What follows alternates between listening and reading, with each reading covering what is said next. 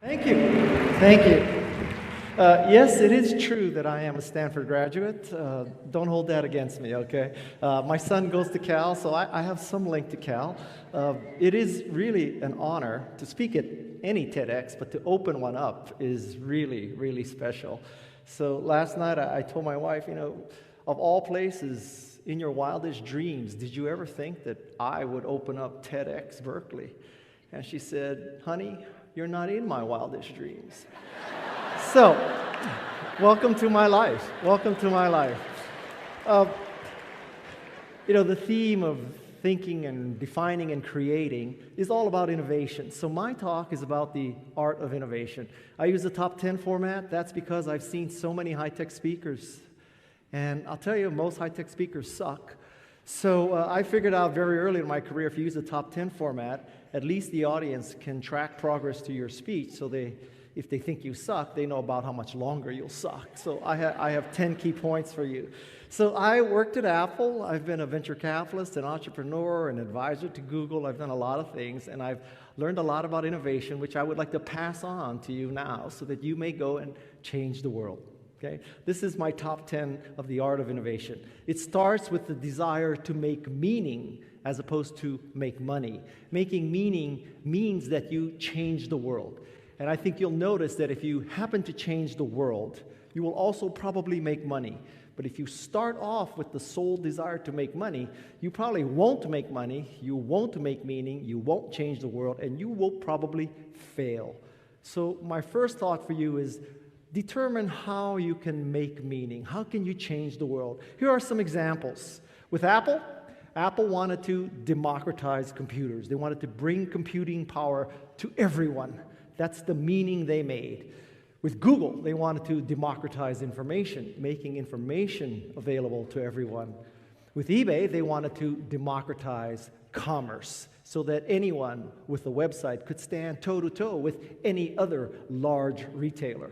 Examples of companies making meaning, and YouTube finally wanted to enable people to create video, to upload video, to share video.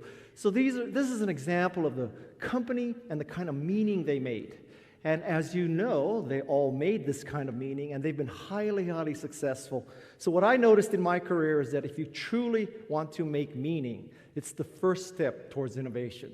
The second step is to make a mantra, a 2 or 3, maybe 4-word explanation of why your meaning should exist. This is an anti-example. This is the mission statement of Wendy's. The mission of Wendy's is to deliver superior quality products and services for our customers and communities through leadership, innovation, and partnerships. I have been through Wendy's many times in my life. I've eaten at Wendy's, I've driven through Wendy's, and in every occasion, it has never occurred to me that, Guy, what you are participating in is leadership, innovation, and partnerships. Excuse me, but I thought I was just getting French fries, Coke, and a hamburger. This is the problem with mission statements. Don't make a mission statement. Make a mantra. Wendy's mantra should be healthy, fast food. 3 words that determine what Wendy's is trying to do. Somewhat oxymoronic, but healthy, fast food. Nike has a great slogan, just do it. That's a slogan. A mantra explains why you should exist. And the Nike mantra is authentic athletic performance. And finally, there's FedEx. When you absolutely, positively want something somewhere, what does FedEx stand for? It stands for peace of mind. So my second recommendation to you is that when you decide on the kind of meaning you make, try to find 2 or 3 words that describe why that meaning should exist. Not a 50-word mission statement, 2 or 3-word mantra. The third thing is a matter of perspective. The perspective is to jump curves. Not to stay on the same stupid curve that you're on. Not to try to do things 10% better. When we were creating the Macintosh, we were not trying to make a slightly better Apple II or a slightly better MS-DOS machine. We were trying to jump to the next curve of personal computing. The greatest example of this occurs in the ice business. Ice 1.0. In the late 1800s, early 1900s, there was an ice harvesting business in the United States. This meant that Bubba and Junior, during winter, would go to a frozen lake or a pond, cut blocks of ice. 9 million pounds of ice was harvested in 1900. Their idea of innovation was bigger horse, more horses, bigger sleigh, sharper saw. But it was fundamentally wait for winter, live in a cold city, cut blocks of ice. 30 years later, we have Ice 2.0. Now we have the ice factory. Major technological breakthrough. It did not have to be winter. It did not have to be a cold city. You froze water centrally and delivered it via the Iceman in the ice truck. Imagine the breakthrough this was. No more limitations by climate, no more limitations by season. You could have an ice factory. 30 years go by, we have Ice 3.0, refrigerator curve. Now, it's not a matter of can you freeze water centrally, can you put it in a truck, can you deliver the ice to people. Now, everybody could have their own personal ice factory, a PC, if you will, a personal chiller. The very interesting story about all of these curves is that none of the organizations that were ice harvesters became ice factories, and ice factories did not become refrigerator companies, because most companies define themselves in terms of what they do, not the benefits they provide. If you define yourself as we cut blocks of ice out of lakes, you remain an ice harvester. If you define yourself as we freeze water centrally, you remain an ice factory. If you define yourself as we make a mechanical gadget called a refrigerator, then you stay on the refrigerator curve. Great innovation occurs when you get to the next curve, when you go from telephone to internet, when you go from daisy wheel printer to a laser printer to 3D printing. Great innovation occurs on the next curve. The fourth thing is to roll the dice. These are the 5 qualities of great innovation. Great innovation is deep, lots of features, lots of functionality. This is a picture of a fanning sandal made by Reef, arguably the deepest sandal ever made. Every sandal has one primary purpose, to protect your feet. If you look at that circled area, that's a metal clip. That metal clip is for the sandal to open beer bottles. This sandal has twice the functionality, twice the depth of any other sandal in the world. Great products are also intelligent. When you look at it, you say, aha, somebody understood my pain. Somebody understood my problem. This is a GT500 Shelby Mustang, 650 horsepower. For those of you in Berkeley who do not rate the horsepower in muscle cars, this is 6.8 Priuses. I would love to buy one of these cars. 59 years old, going through a midlife crisis, feelings of impotency. I would love to buy this car to compensate for my feelings of inadequacy.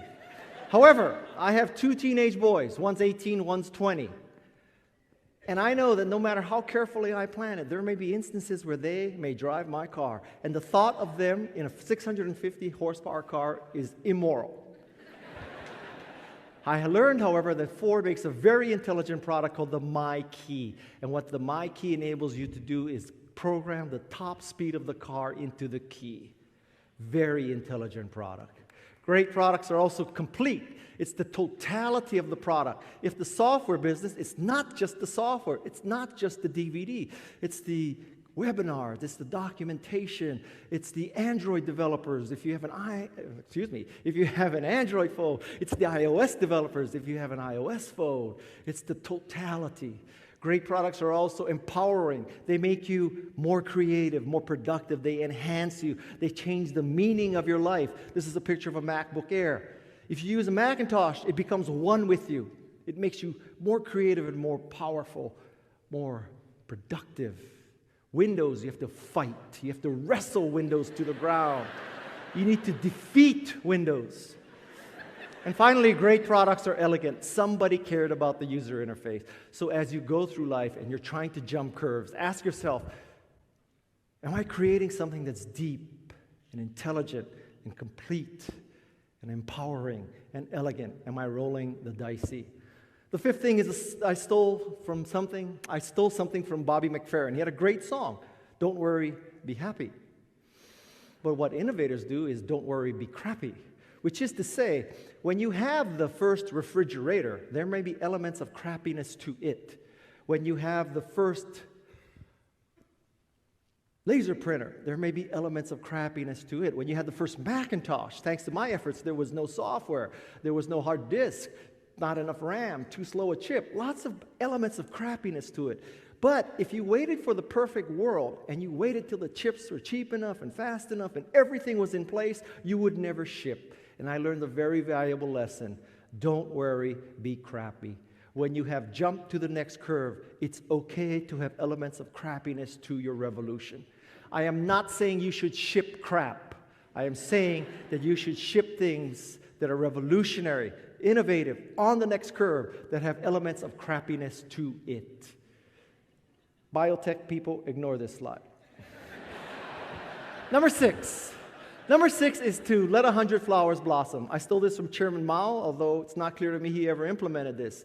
Letting 100 flowers blossom means that at the start of great innovation, you may think you have in mind exactly who your user is, exactly who your customer is, what they should do with your product. And you may be surprised that people are going to use your product in ways you did not anticipate. And it's going to be people who you did not anticipate would be using it at all. And when this occurs, hallelujah, thank God that it's occurring. Positioning and branding ultimately comes down to what the consumer decides, not to what you decide. So with Macintosh, we thought we had a spreadsheet database and word processing machine. We were 0 for 3 there. What made Macintosh successful was Aldous PageMaker. PageMaker created a field of flowers called desktop publishing. Desktop publishing was what saved Macintosh, not spreadsheet database or word processor. If we focused on spreadsheet database and word processor and ignored desktop publishing, Apple would be dead today. If Apple were dead today, it would be a different world. We'd all have phones with real keypads. We'd have phones where the battery lasted for more than a day. We'd have phones where the GPS actually worked. It would be a different world, right? Aldous PageMaker was a gift from God to Apple because it saved Apple. I believe in God, and one of the reasons why I believe in God is there is no other explanation for Apple's continued survival than the existence of God. Let 100 flowers blossom. Don't be proud. Take your best shot with positioning and branding.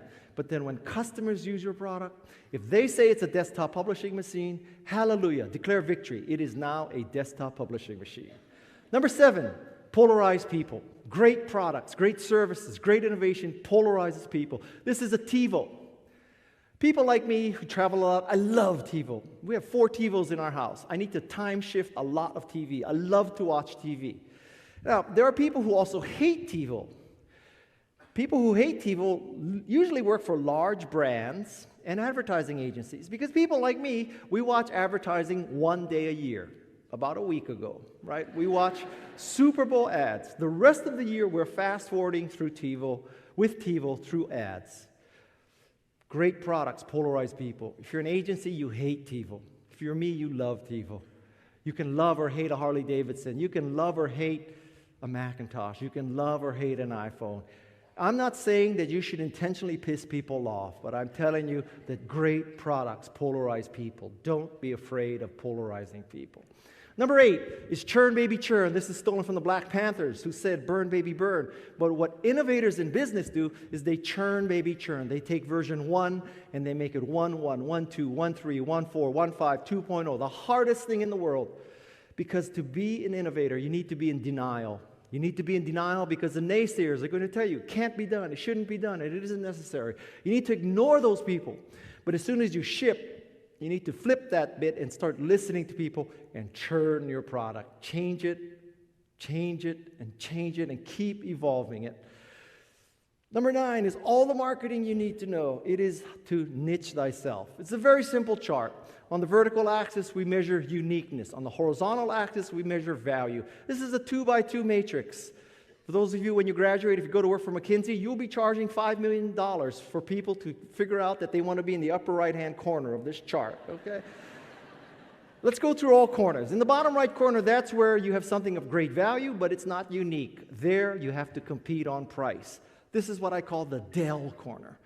Slap the same operating system on the same hardware, you have to compete on price. In the opposite corner, you have something truly unique, only you do it, but it is of no value. In that corner, you are just plain stupid, right? Bottom left corner, we call that the USC corner. The bottom left corner, the bottom left corner, the bottom left corner is what I call the .com corner. In the .com corner, you have something that's not valuable and not unique. Like buying dog food online. We buy dog food online. You pay as much for the dog food because you have to pay for shipping and handling, and then you have to be at home when UPS drops off the dead cow in the can. So it's not very convenient, and it's just as expensive, so it's not valuable. And then stupid people like me, because there was Pets.com, we decided we had to have our own portfolio, Pets.com, so there were multiple ways to spend the same amount of money on dog food less conveniently. That's the worst corner. Not valuable, not unique. The corner you want to be in is the upper right-hand corner. In that corner, you are unique. Where I go to movies, I can only buy tickets with Fandango. When you take kids to a movie, you really want to know you have a ticket before you go. By the way, may I highly recommend the Lego movie. It is a fantastic movie. Trust me when I tell you, go see the Lego movie. Fandango, the only way you can buy a ticket. Breitling emergency watch, the only watch that can save your life. Pull out the big knob, puts out an emergency signal. That watch can save your life. Smart car. Everybody has cars that can park parallel to the curb when there's lots of parking. How many of us have a car that can park perpendicular to the curb, right? If you're an engineer, you make a product that's unique and valuable. If you're a marketing person, you communicate to the world that your product is unique and valuable. Number 10, perfect your pitch. If you're an innovator, you have to learn to pitch. 2 key points about pitching. First, customize your introduction. Start with something customized to the audience. This is a picture of an LG washer and dryer. I use these pictures to introduce my speech in Latin America when I was speaking to the LG management. However, to tell you the backstory behind this, I was already in Brazil when I thought about, well, I should use the picture of our LG washer and dryer. So I didn't have pictures, not something I carry with me, pictures of your washer and dryer. So I sent a text message to my 2 older boys, one of whom was in the audience right now. His name is Nick, older boy, younger boy Noah. So I send them a message saying, get off the Call of Duty that I bought you, on the Xbox that I bought you, in the house that I bought you, take your iPhone that I bought you, go downstairs, both of you, take pictures of the LG washer and dryer. I need it right away. 15 minutes go by, nothing happens, right? So, again, Nick is the older boy, he's the cowboy, the other one is high school still. So this is what happens. This is the text message. I send Nick a text message. Did you get my text message? Because I don't see the pictures. Nick responds. Noah, his younger brother, said he would take the pictures. By the way, can you get us some free TVs? Welcome to my life. And then you see my bottom response. I don't think so, Nick. Welcome to my life. The key here is to customize your introduction. When I spoke in Moscow, I opened up with this slide and I said, wow, you Russians have big balls. When I spoke in Istanbul, I opened up with this picture of me in the Grand Bazaar. That guy behind me is the shopkeeper. He is really happy. You know why he's really happy? Because he's thinking, this dumbass American tourist is going to buy this fez. This fez has been in my family for 3 generations. I finally found somebody stupid enough to buy this fez. Trust me when I tell you, if you'd open up a speech in Istanbul with a thing like that, a picture like that, you own the audience. Customize your introduction. More on slides. 10, 20, 30 rule of presentations. The optimal number of slides in a presentation is 10. 10. Now, you're all Cal people. You're not stupid. You know I'm way past 10. You may be thinking I'm a hypocrite. How should I explain this? I will explain this. You are not me, okay? 10 slides. 10 slides. You should be able to give these 10 slides in 20 minutes. 20 minutes. Yes, you may have an hour slot, but to this day, unfortunately, 95% of the world uses Windows laptops. Those people need 40 minutes to make it work with the projector. And the last thing is the optimal size font is 30 points. A good rule of thumb is figure out who the oldest person is in the audience, divide his or her age by 2. 60-year-old divided by 2, 30. 50-year-old divided by 2, 25 points. Someday you may be pitching a 16-year-old VC. That day, God bless you, use the 8-point font. 11, as a bonus to my friends here at Cal. Don't let the bozos grind you down. The bozos are going to try to grind you down. And the more innovative you are, the more they'll try to grind you down. There are 2 kinds of bozos in the world. I'm an expert in bozos, okay? 2 kinds of bozos. Slovenly, disgusting, pocket protector, body odor, just a loser of a person. Rusty car, Japanese watch. You look at that person, you say, wow, what a loser. That person is not dangerous because that person is so obviously a loser. Only a loser would listen to that loser. And because you're not losers, you won't listen to that person. Hence, that person is not dangerous. The dangerous bozo dresses in all black. The dangerous bozo owns a lot of stuff that ends in I, like Armani, Maserati, Lamborghini, Ferrari, okay? Audi is okay, rare exception. That's the dangerous bozo, because you think rich and famous parses to smart, but rich and famous parses to lucky, not smart, at least half the time. So I believe that bozosity is like the flu. You need to be exposed to bozosity so that when you encounter big bozosity, you have already built up the antigens. I'm going to expose you to some bozosity. I think there's a world market for maybe 5 computers. Thomas Watson of IBM. 5 computers. I have 5 Macintoshes in my house. In other words, I have all the computers he anticipated in the world in my house today. This telephone has too many shortcomings to be seriously considered as a means of communication. The device is inherently of no value to us. Western Union, internal memo, 1876. Western Union wrote off telephony in 1876. Western Union should be PayPal today. Oops. There's no reason why anyone would want a computer in their home. Ken Olsen, great innovator, great entrepreneur, said this about computers. There's no reason to have a computer in your home. How many have a computer in your home today? Because according to Ken Olsen, there's no reason. He was a great innovator, extremely good entrepreneur, but he was so successful on, let us say, the ice factory curve, he could not appreciate the next curve, the refrigerator curve. And that is the art of innovation. Thank you very much. Thank you. Thank you very much.